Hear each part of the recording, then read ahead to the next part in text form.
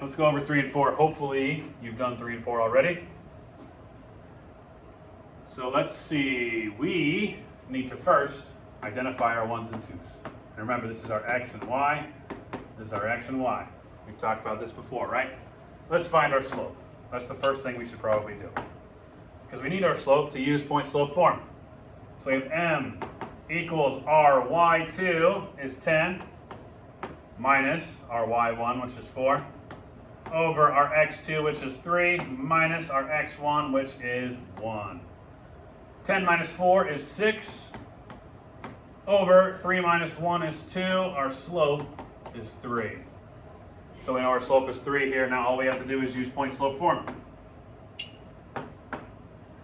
So we have y minus our y1, which was 4, equals our slope, which is 3, times x minus our x1, which was 1. We distribute, and we solve. 3 times x is 3x. 3 times a negative 1 is a negative 3. We add our 4. And now we have a new equation, and I'm just going to write it down here. Y equals 3x plus 1. So that is the answer to number 3. If you got it wrong, like I said before, please go back and fix it, because again, if we identify our mistakes, it's going to be much easier to work with things here. Okay, hopefully you got that answer. I'm going to erase it so we have room to do number 4. Number 4, again, we're going to do the same exact process because we have no slope, we have no y-intercept present.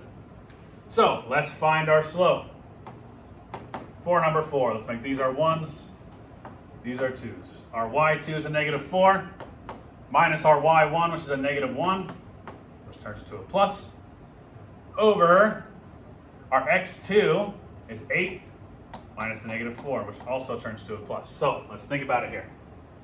We have a negative 4 plus 1. What does that give us? That gives us a negative 3 over, what is 8 plus 4? That is 12. We can reduce negative 3 over 12 to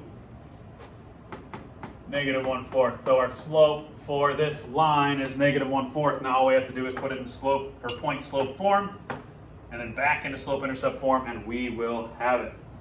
So let's do it. Y minus our y1, which was a negative 1. Let's turn it to plus 1, equals our slope, which was negative 1/4,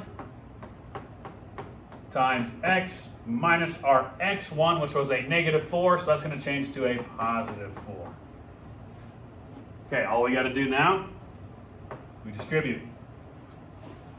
So now we have y plus 1 equals a negative 1/4 x. We take 4 times 1, which is 4. 4 divided by 4 is 1, and that's negative, so it's a negative 1.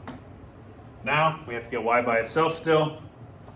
We subtract our 1, and now we have our brand new equation of y equals, we have our negative 1/4 x,